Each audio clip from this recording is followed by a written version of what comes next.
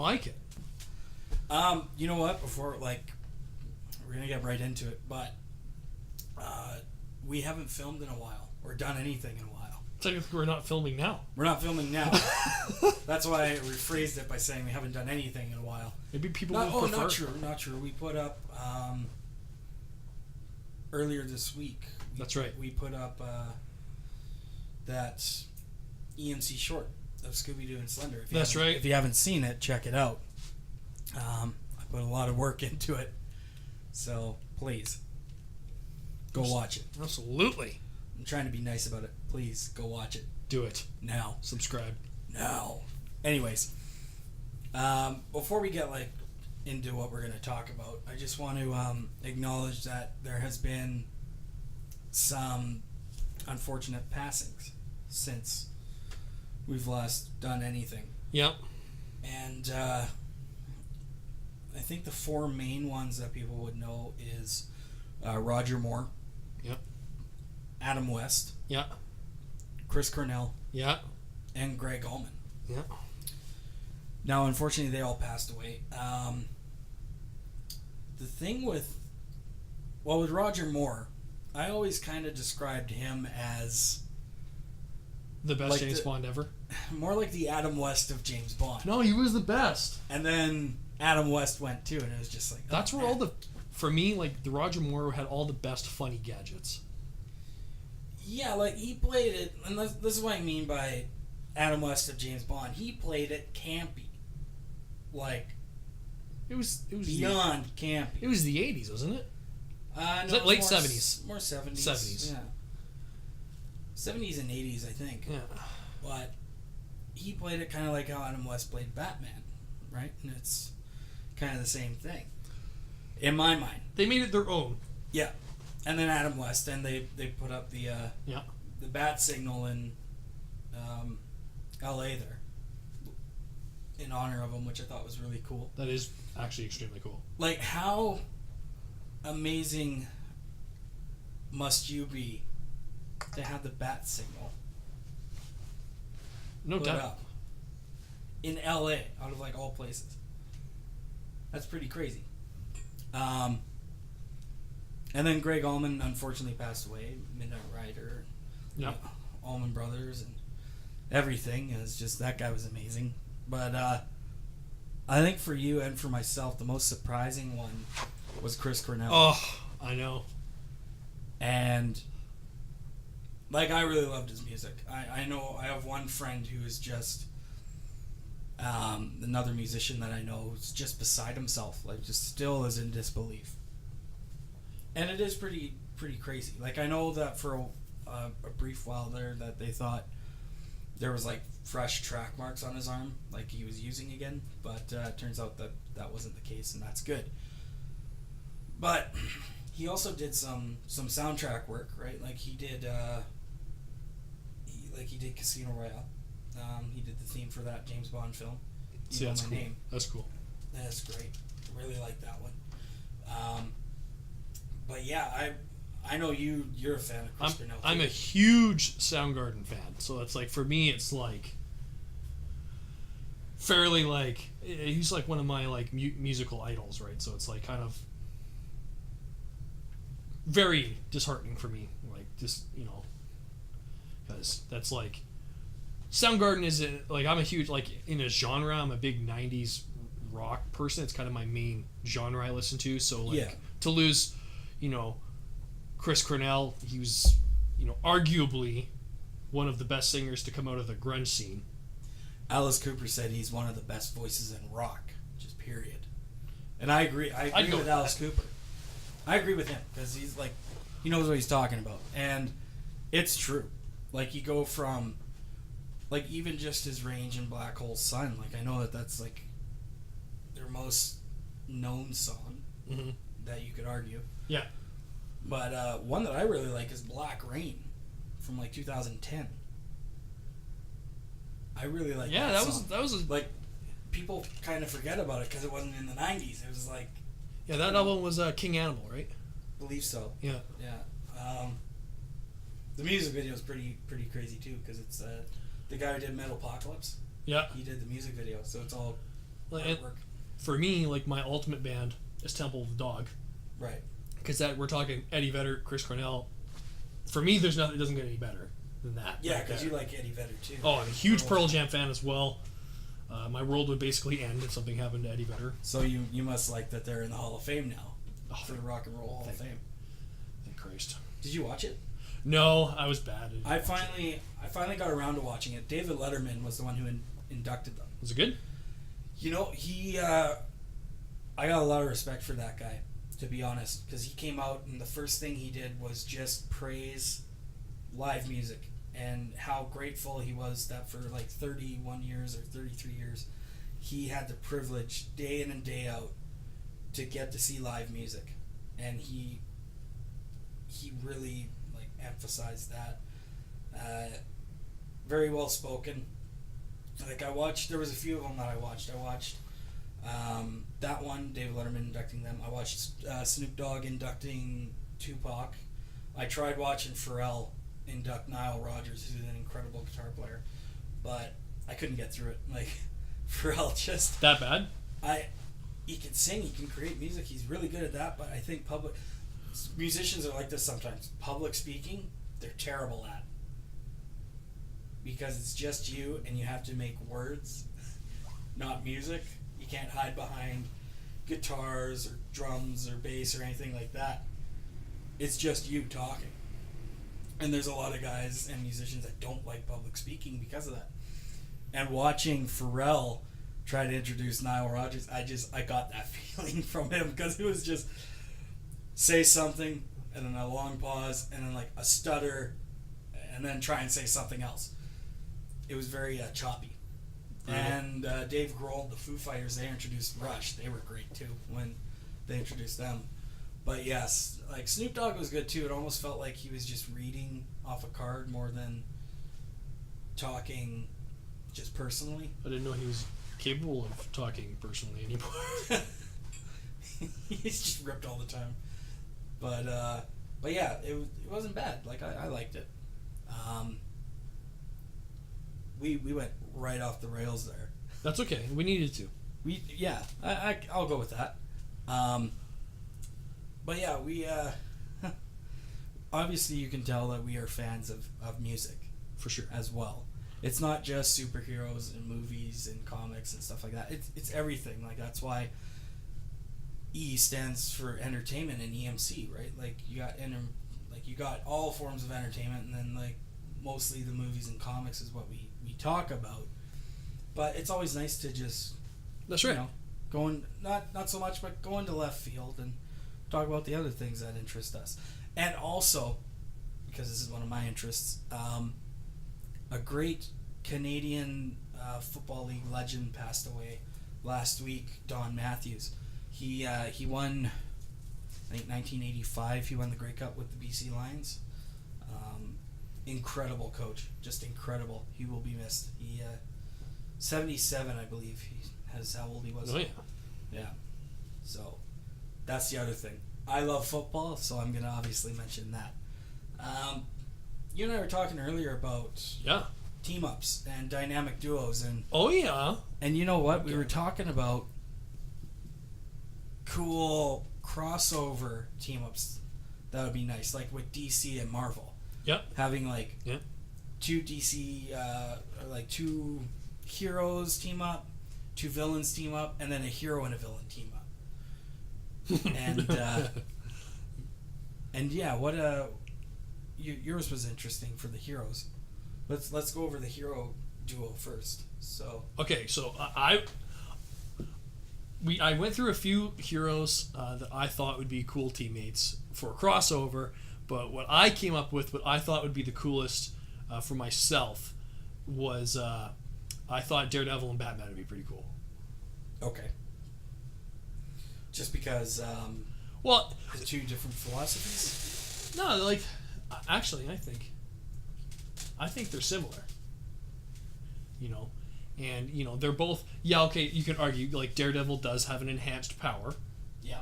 Unlike Batman, but their physical ability is about the same, right? So they're both brawlers. They both fight. They both are known on taking on groups of people in fist fights. They both use... I guess you can't really say that about Batman, but like, you know, they both use fairly more melee style weapons. I know Batman's got some other gadgets that do some other crazy shit, but they also kind of use their environment to their advantage. Yeah, exactly. And they're both, you know, the bowels of the city type guys. Yeah. You know, they're in the dark alleys and stuff like that, and I feel like they would work well together. Yeah, I agree. The one that I was thinking of, but it's already been done, is the Batman Punisher. But that's cool. See, they already did that one. So another one that I was thinking of was Nightwing. Yep. And Hawkeye. Similar again. I think that'd be a good one because, like, I know Hawkeye, like, he's not a mutant, but the way that they described it was he sees the world differently. So he could throw an object that is like a projectile and not even be looking at the target and pretty much never miss. So when you have a guy like that teaming up with Nightwing, who is pretty much the protege and everything of Batman, just in his own distinct way, with his weapons and his gadgets and everything, and the way that he sees things, I think that would be a pretty cool team up, having those two, right? And that was my choice. Now, villains. Okay. Team up of villains. What did you have again? I came up with a couple of things that I thought would be cool. Like me on the spot right now, because it changes like every 10 seconds, because villains are cooler than heroes. Let's be frank here, right? I thought Lex Luthor and someone like actually we were talking about this Oscorp. Yeah, I mentioned Norman Osborn. Yeah, Norman Osborn. Yeah, like I think to me that's cool. They're both kind of like billionaire people. Don't have superpowers. They're just billionaire guys that use their money to their and they just want to fuck shit up, and I think that'd be a good duo. I think well, let's be honest. The only DC villain I actually give a shit about is Lex Luthor. People can argue Doomsday, but you know what? With Doomsday, he's a mindless machine. You can't really team him up with anything. Well, not mindless. You know what I mean? You couldn't team him up with anything. He's mindless, but not a machine, though, right? Because he is an alien. No, sorry. He's a mindless alien eating thing. Fanboys will just freak the fuck out. Oh, yeah, no, for sure. But like Lex Luthor and Victor Von Doom, I thought would be really cool. Or even Doc Ock, you mentioned too. Yeah, I thought that'd be kind of cool. That'd be a little bit more obscure. Yeah, I think that would be cool because they're both geniuses. But like most people, I feel like Doc Ock is a guy that people forget about. Yeah, they do. Well, Alfred Molina portrayed him in Spider-Man 2, and I thought that was great. I thought it was a good portrayal for a movie adaptation, even though it was Tobey Maguire. But that's so Lex Luthor and I'm gonna go and either one of those three choices of Green Goblin, Doc Ock, or Victor Von Doom. Okay, mine. I was unsure because, like, I like Gorilla Grodd too. That's a really cool character with like the, what is it? The mind control that he is able to do. Where, like, if you had like him and maybe Abomination or Venom, that'd be like a crazy physical team up. It'd be a powerhouse. A psychotic team up would be. Now I was thinking the Joker and Carnage.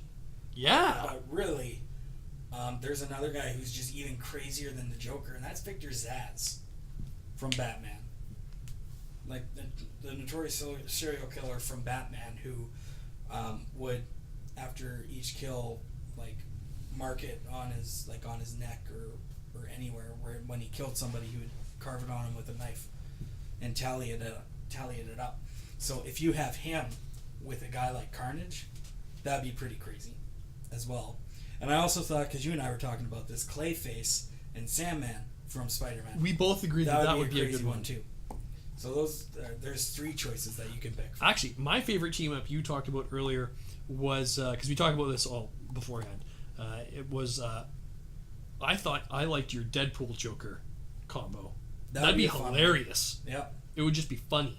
Same with Joker and Loki, or Riddler and Loki. Like those 2 would be funny too. You have the Joker and Deadpool and Riddler and Loki, and just team them all up. It would be incredibly funny. It would be. It'd be incredibly funny, unless you give it to DC. Well, never give it to DC. Although I have heard that I have not seen it, but I heard the Wonder Woman movie is supposed to be pretty good. Which normally I just assume everything DC is going to be garbage now. Yeah, no, I heard the same thing, but I also hear people going, "This is the first role where a female is badass in a movie." What? And that is asinine. Disagree with that wholeheartedly, because we named Ripley, we named Sarah Connor. Right? Yeah. Terminator and Aliens. All of the Underworld series. Yep, you got all of that. You got even that Ultraviolet one where the movie wasn't great, but she was still bad. Same with all the Resident Evil Uma franchise. Thurman, Kill Bill. Yeah. I'm sorry. There's a bunch right there. There is a lot of really cool movies that have had really cool female lead actors. Now, superhero movie might be the first one. Because they had Supergirl, but that was just a farce. Was that even a thing? Yeah, in the 80s. I never even seen that. It was terrible. But that wasn't the act. That was a lot of things. There was a lot of reasons for that.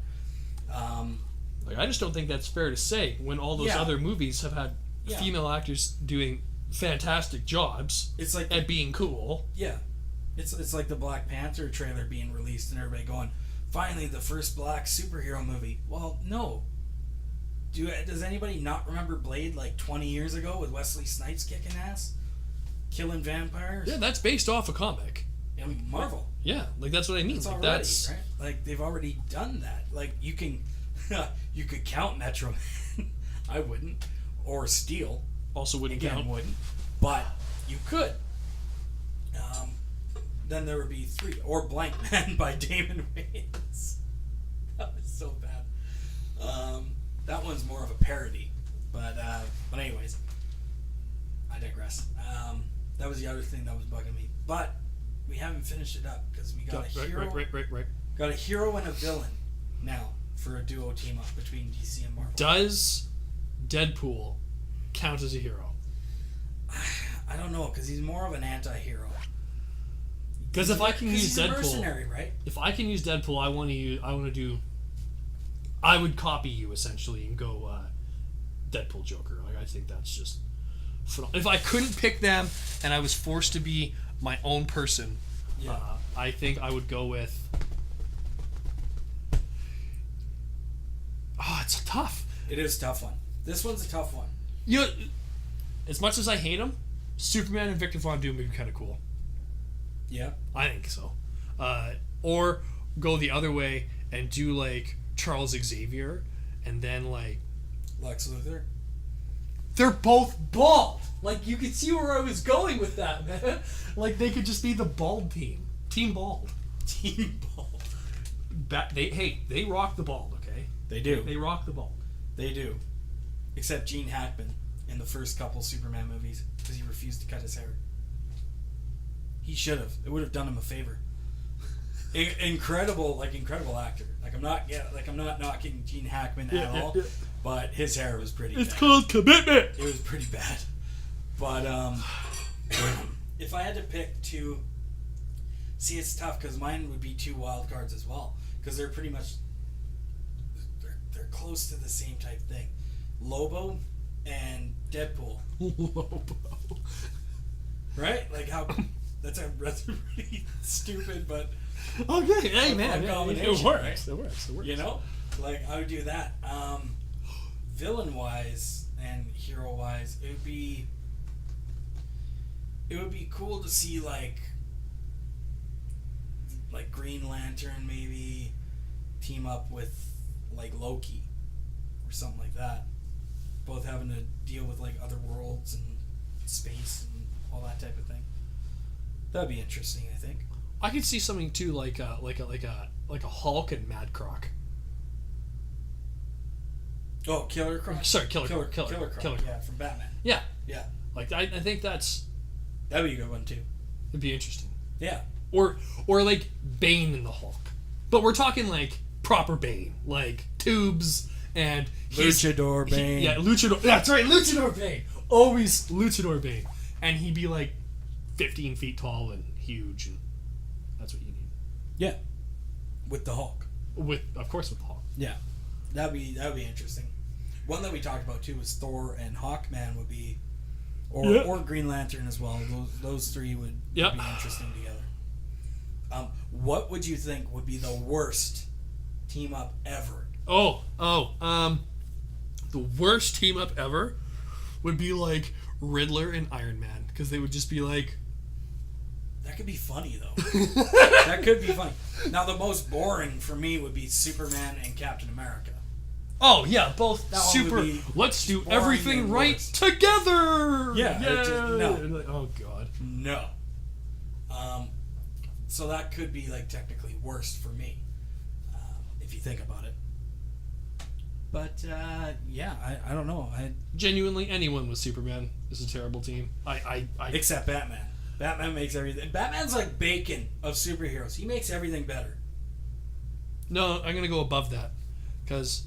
You don't like bacon? No, I do. Who the fuck doesn't like bacon? For me, the ultimate garnish to food is cheese. Like, let's be real. Bacon and cheese. I don't know, man. I think I was at a flea market the other day, and someone looked at something, and it was like pasta or something like that, and they're like, "Oh, I hate pasta." I'm like, "Who the fuck hates pasta?" Who exactly? Who the hell hates pasta? There's a pasta for everyone.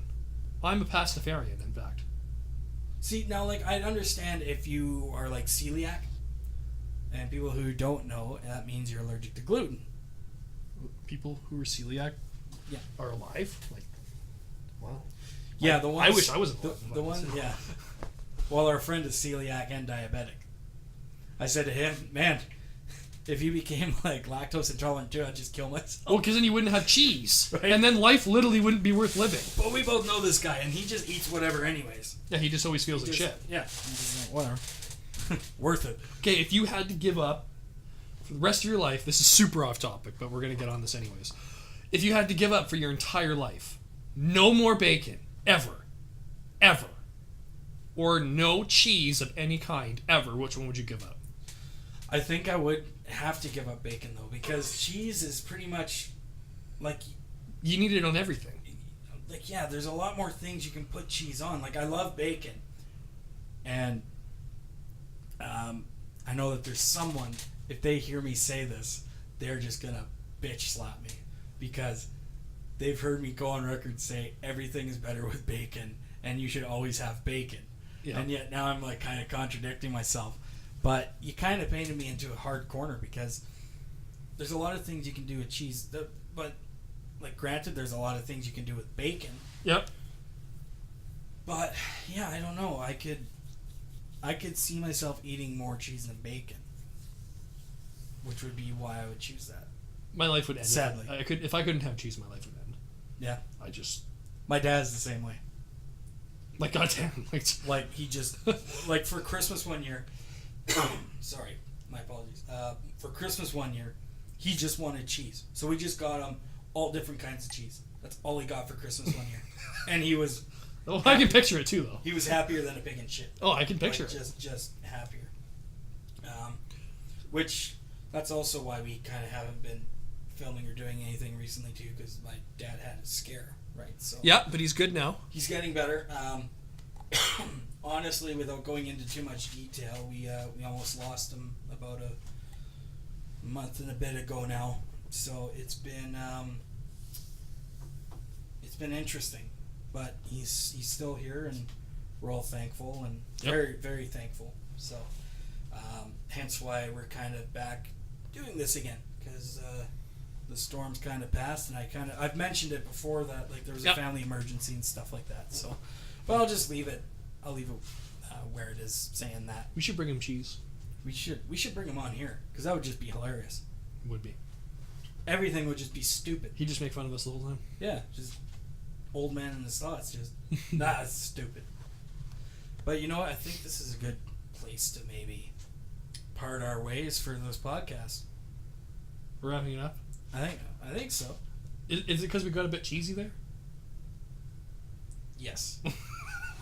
That's the main reason why. We got cheesy, guys. We just got plugged up with with cheese. That we got to end it there. No, I don't know. I think this is a good, decent first podcast. You know, we've done the video style.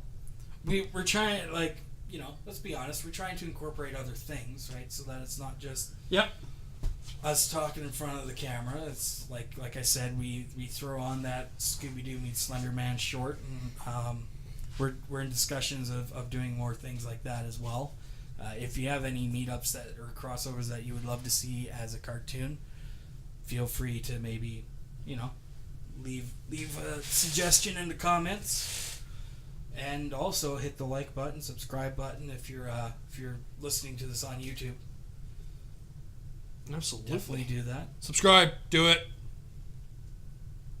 For those of you playing the home game, Drew just pointed to the mic, thinking that you guys are inside his microphone. Are you saying they're not inside the microphone? No, they're not. What? No, they're all inside your head. Well, yeah. Exactly. The world's inside my head. None of this is real. The Ferris Bueller music. Totally. What if that was all a dream? Or like he was in a coma and he was just dreaming all that, but none of it was actually real. And when he said it's over, go home, it means he died. That's dark. Isn't it? I don't think that's how I just thought of that. I know it's got this whole like weird theory going on. It probably already is a theory, but you know, it's worth a shot. Jar Jar Binks is Darth His cousin? No. Jar Jar Binks is supposed to be like Darth. Oh god, I can't remember his name. He's like supposed to be like the most evil Sith Lord, who's the actual real puppet master. Darth Plagueis. Yes. Supposedly, I've been told by my roommate Charlie, who is the literally the biggest Star Wars expert I know, and he was telling me that there's conspiracies that Jar Jar Binks is Darth Plagueis and is actually the one controlling like Darth Sidious and stuff. Wow. He's always there. Yeah. And everyone hates him. Yeah. Might as well be a Sith Lord. Could be. He steals too, and yeah. No one likes him. Yeah. Seems illiterate though, which doesn't really make sense. It's all put on. It's a facade. It's all an act. It's all a facade. All right, I'll go with that. Why not? So today we've learned that Jar Jar Binks is in fact Darth Plagueis, and Ferris Bueller was actually dead, and that Deadpool and the Joker should definitely be friends. With Lobo thrown in the mix. Apparently with Lobo. This guy's awesome, man. Have you like check out some of his comics? He's an intergalactic bounty hunter that has like the moral code of Deadpool, really. So what you're saying is he's Boba Fett. But like badass and hilarious. I'm sure Boba Fett like has a a sense wicked, of Fu humor. Manchu Like no one's type ever thing. talked to Boba Fett. What if he has a great sense of humor? What if he drops He could. like dirty jokes? He could, yeah. Takes the helmet off and lets the blue language fly. Totally. Absolutely. Just takes the helmet off. Shots. Like We're terrible at ending things. We are. But like I said, hit the like, make a comment, Share us. subscribe, all that wonderful shit. Excellent. We will see you, or you'll hear us, one of the two, in the next video. Until then, I don't know. You know what? In the words of the immortal Red Green, keep your stick on the ice.